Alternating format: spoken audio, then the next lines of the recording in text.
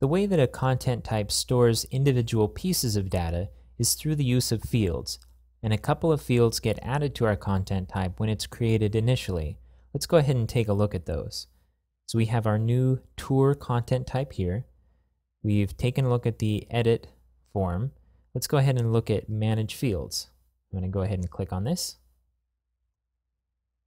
This displays an interface that shows us what fields have been added to our content type already, as well as an interface for adding additional fields. Let's go ahead and take a look at the columns and what they mean real quick. First, we have our label, which is the label or title that will display above the input in order to give us some information about what the input is for. The name, which is the machine name for this field. The field is a description of what this field type is. If you remember from working with WebForm, where we could add a text field or a text area or a date or a time field, fields in content types are very similar. We can create a field based on a certain type of input, and then we can adjust that with a settings form. Some fields allow for multiple types of display for the actual interface for adding the content, and those can be chosen through the widget column.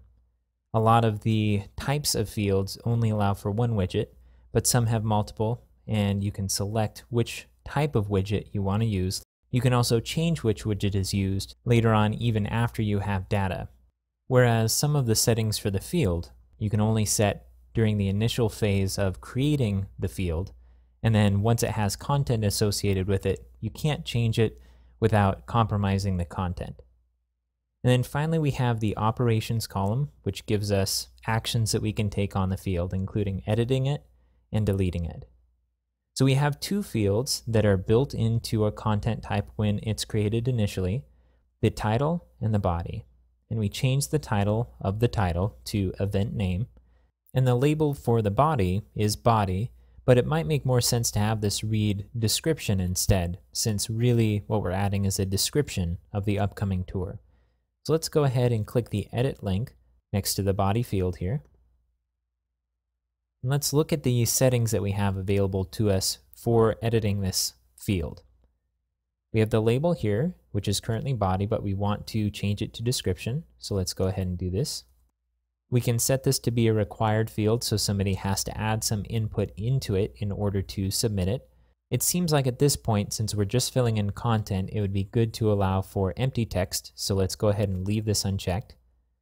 The number of rows that display by default for the text area, 20. We may want to change this later once we have a sense of how long the descriptions are going to be.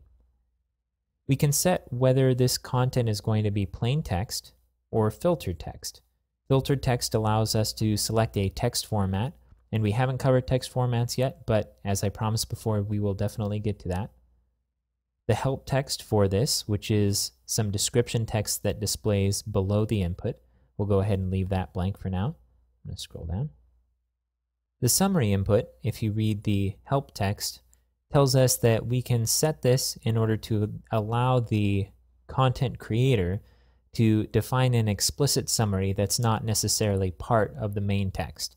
So we saw how the summary was taken out of our text when we created our homepage content, and the homepage pulled out that summary for its list of content.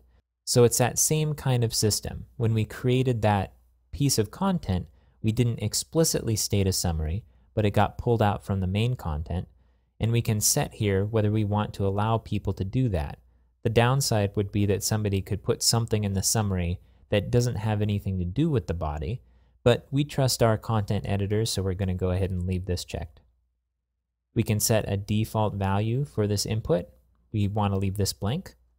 I'm going to scroll down. And finally, and this is kind of a cool feature of these fields, we can set the number of values for a field. So for this, we would want just one. It makes sense just to have a single main content section. However, if we had multiple guides associated with a tour, for example, we may want to have multiple inputs to allow the adding of multiple tour guides associated with the tour. So this number of values could be useful for other types of fields.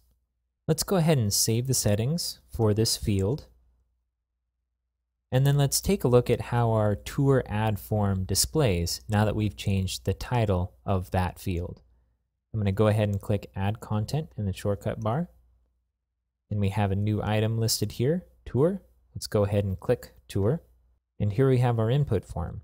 We have event name showing for the title, and it's required. And then we have description showing for the body. And notice we have this Edit Summary link, which is what displays when we have the Edit Summary checkbox checked in the field settings. And as we scroll down, we see that these are the only two fields, so there's a few more fields that we'll need to add.